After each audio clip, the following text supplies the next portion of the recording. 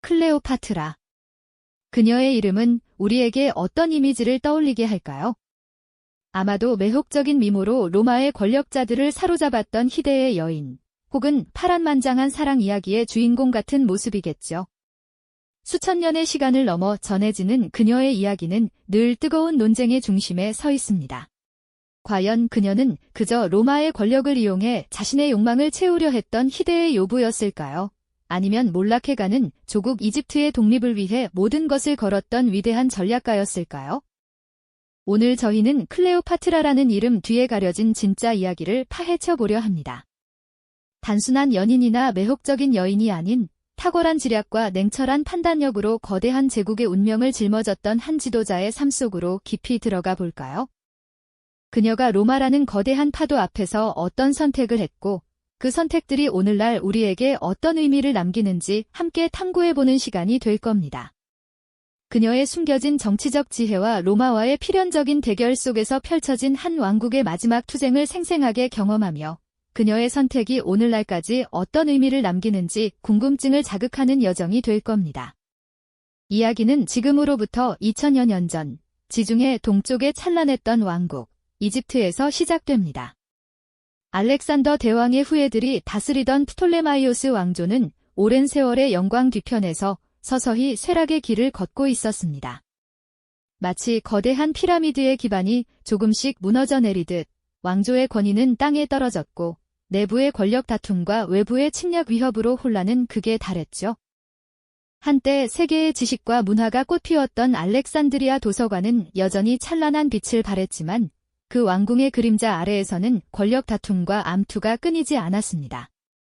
웅장하지만 퇴락해가는 왕궁의 모습은 당시 이집트의 위태로운 상황을 여실히 보여주는 듯 했습니다.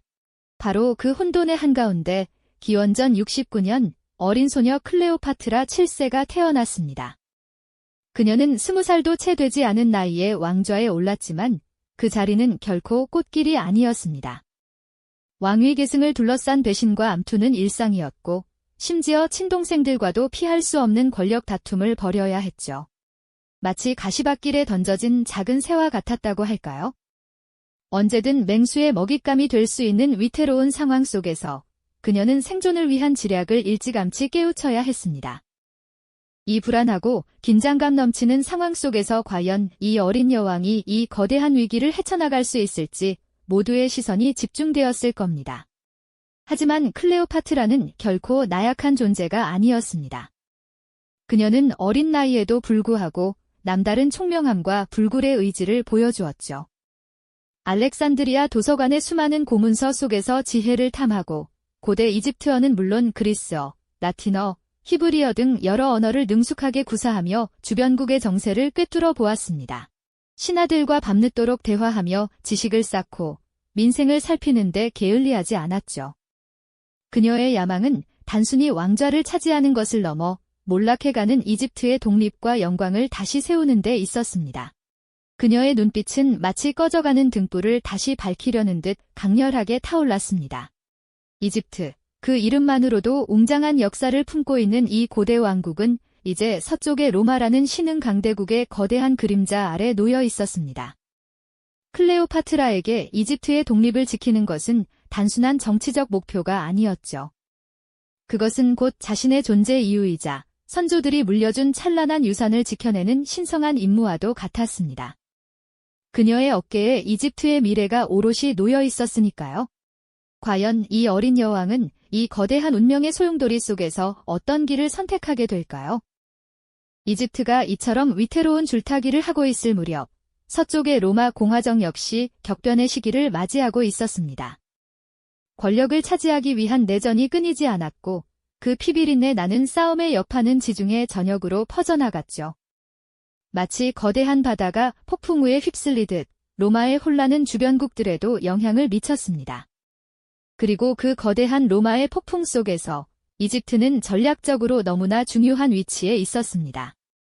로마의 권력자들은 이집트의 풍부한 곡창지대와 항구를 탐냈고 이집트는 그들의 패권 다툼에 휘말릴 수밖에 없는 운명이었죠.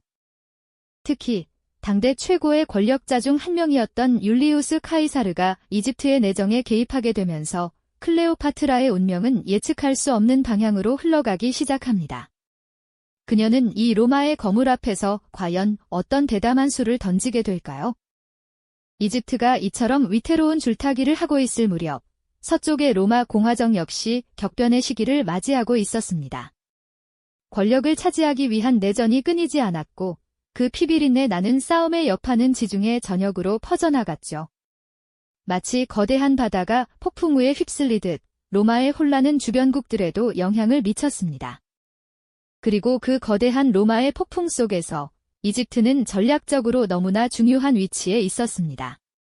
로마의 권력자들은 이집트의 풍부한 곡창지대와 항구를 탐냈고, 이집트는 그들의 패권 다툼에 휘말릴 수밖에 없는 운명이었죠. 특히 당대 최고의 권력자 중 한 명이었던 율리우스 카이사르가 이집트의 내정에 개입하게 되면서 클레오파트라의 운명은 예측할 수 없는 방향으로 흘러가기 시작합니다. 그녀는 이 로마의 거물 앞에서 과연 어떤 대담한 수를 던지게 될까요? 혼란에 빠진 이집트의 왕위 다툼 한가운데 로마의 최고 권력자 율리우스 카이사르가 알렉산드리아에 발을 디뎠을 때 클레오파트라는 실로 절박한 상황에 처해 있었습니다. 그녀는 동생이자 공동 통치자였던 프톨레마이오스 13세와 권력 투쟁을 벌이고 있었고, 심지어 왕궁에서 쫓겨나 망명 생활을 하고 있었죠. 하지만 그녀는 결코 포기하지 않았습니다. 거대한 로마의 폭풍 속에서 이집트의 독립을 지키고 자신의 왕권을 되찾을 수 있는 유일한 기회가 바로 카이사르라는 것을 직감했던 겁니다. 마치 사막 한가운데 오아시스를 발견한 듯 그녀는 이 절체절명의 위기를 기회로 바꾸려는 대담한 계획을 세웠습니다. 클레오파트라는 카이사르를 만나기 위해 상상을 초월하는 방법을 택합니다. 그녀는 자신의 몸을 값비싼 양탄자에 숨겨 마치 진귀한 선물처럼 카이사르의 침실로 잠입하는 기질을 발휘했죠. 양탄자가 펼쳐지고 그 안에서 아름답고 지적인 여왕이 나타났을 때 카이사르는 그녀의 용기와 매력, 그리고 비범한 지성에 깊이 매료될 수밖에 없었습니다. 이 만남은 단순한 남녀의 만남이 아니었습니다. 이는 로마의 가장 강력한 인물과 이집트의 미래를 짊어진 여왕 사이의 치밀한 정치적 협상이자 거대한 운명의 서막이었으니까요. 카이사르는 클레오파트라의 편에 서서 그녀가 왕권을 되찾도록 도왔고, 이집트는 로마의 강력한 보호를 받게 됩니다. 카이사르와의 동맹은 클레오파트라에게 일시적인 안도감을 가져다 주었습니다. 그녀는 자신의 권력을 공고히 하고 이집트의 독립을 잠시나마 지켜낼 수 있었죠. 카이사르와 함께 나일강을 유람하며 이집트의 번영을 과시했고, 그들 사이에서 아들 카이사리온이 태어나면서 두 국가의 관계는 더욱 깊어졌습니다. 그러나 이 평화는 오래가지 못했습니다. 로마로 돌아간 카이사르가 암살당하면서 지중해 세계는 다시 한번 거대한 혼돈의 소용돌이에 휩싸입니다.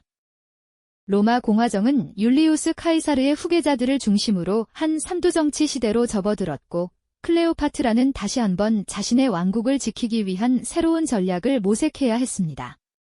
이 거대한 권력 재편의 시기에 클레오파트라는 카이사르의 충실한 부관이었던 마르쿠스 안토니우스를 선택합니다. 그녀는 안토니우스가 로마의 동방을 책임지고 있다는 사실에 주목했죠. 안토니우스 역시 이집트의 풍부한 자원과 전략적 중요성을 잘 알고 있었기에 두 사람은 자연스럽게 동맹을 맺게 됩니다. 클레오파트라에게 안토니우스는 단순한 연인이 아니었습니다. 그는 이집트 중심의 거대한 동방 제국을 건설하려는 자신의 원대한 꿈을 실현시켜줄 강력한 파트너였죠. 그녀는 이집트의 막대한 부와 외교력을 동원하여 안토니우스의 군사적 야망을 지원했고, 안토니우스는 클레오파트라에게 동방의 영토를 하사하며 그녀의 꿈에 힘을 실어주었습니다. 안토니우스와의 연합은 클레오파트라에게 더 큰 야망을 품게 했습니다. 그녀는 이집트가 로마의 속국이 아닌 동방의 패권을 쥐는 독립적인 제국으로 우뚝 서기를 바랐죠. 하지만 이러한 꿈은 로마의 서쪽을 장악하고 있던 카이사르의 양아들 옥타비아누스와의 필연적인 대립을 불러왔습니다.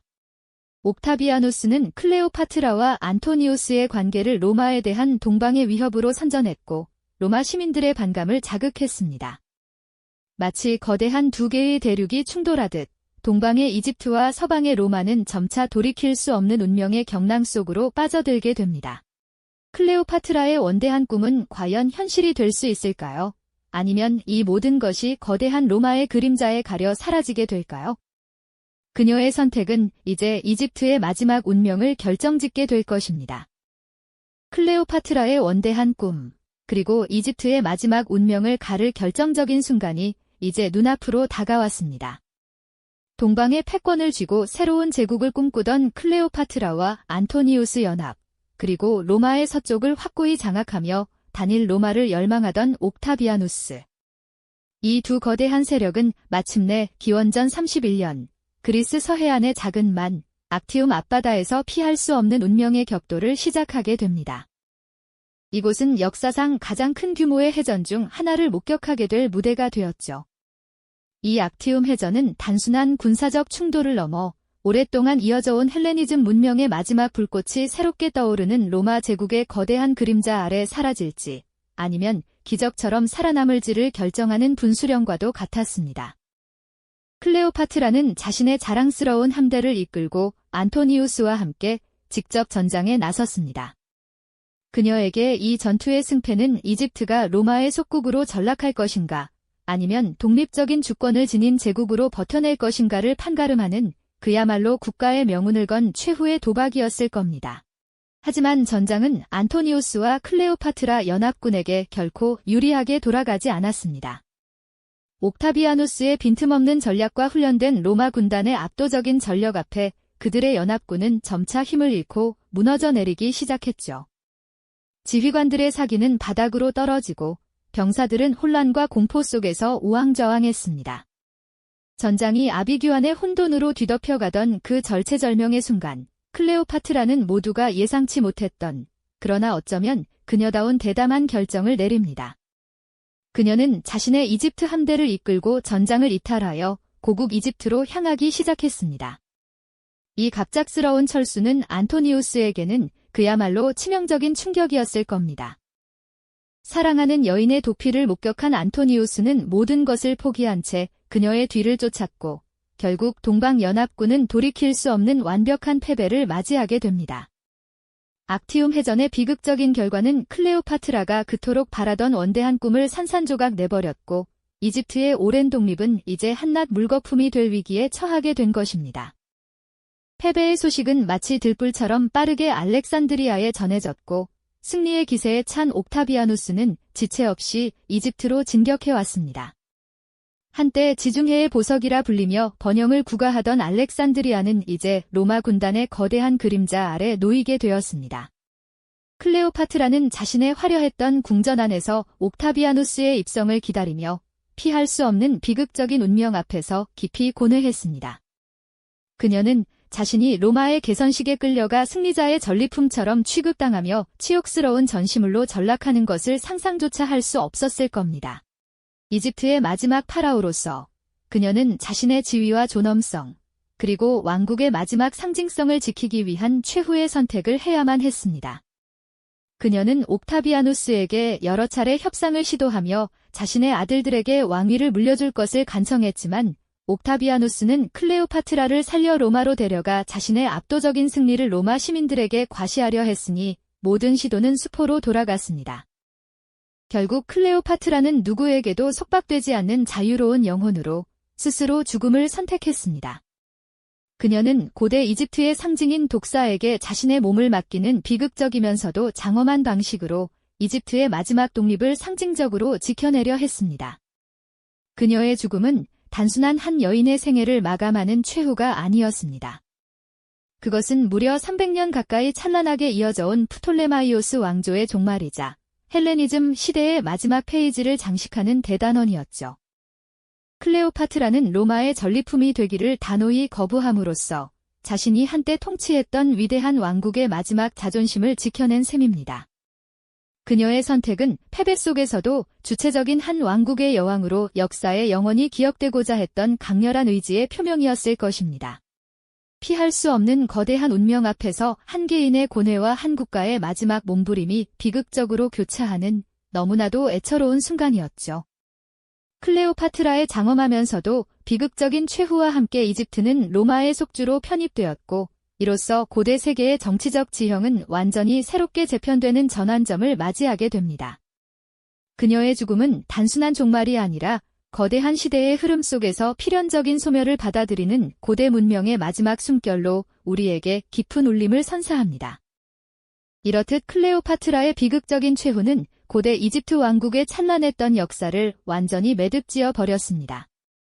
그녀의 삶은 거대한 로마라는 운명 앞에서 한 국가의 존립을 위해 치열하게 몸부림쳤던 마지막 몸짓이었던 셈이죠. 특히 그녀가 마주했던 결정적인 순간은 바로 악티움 해전이었을 겁니다. 서기 31년 그리스 서쪽 이오니아 해상에서 벌어진 이 거대한 전투는 단순히 로마의 권력을 다투는 내전의 한 장면으로 치부할 수 없었죠.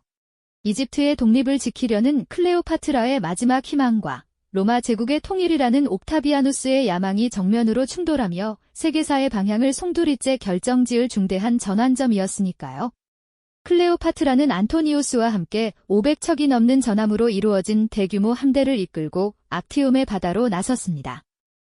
그녀는 이집트의 막대한 부와 자원을 총동원하여 전쟁을 지원했고 직접 전장에 나서 병사들을 독려하며 승리를 염원했죠. 드넓은 바다 위에서 펼쳐진 두 거대한 세력의 충돌은 그야말로 장관이었을 것입니다.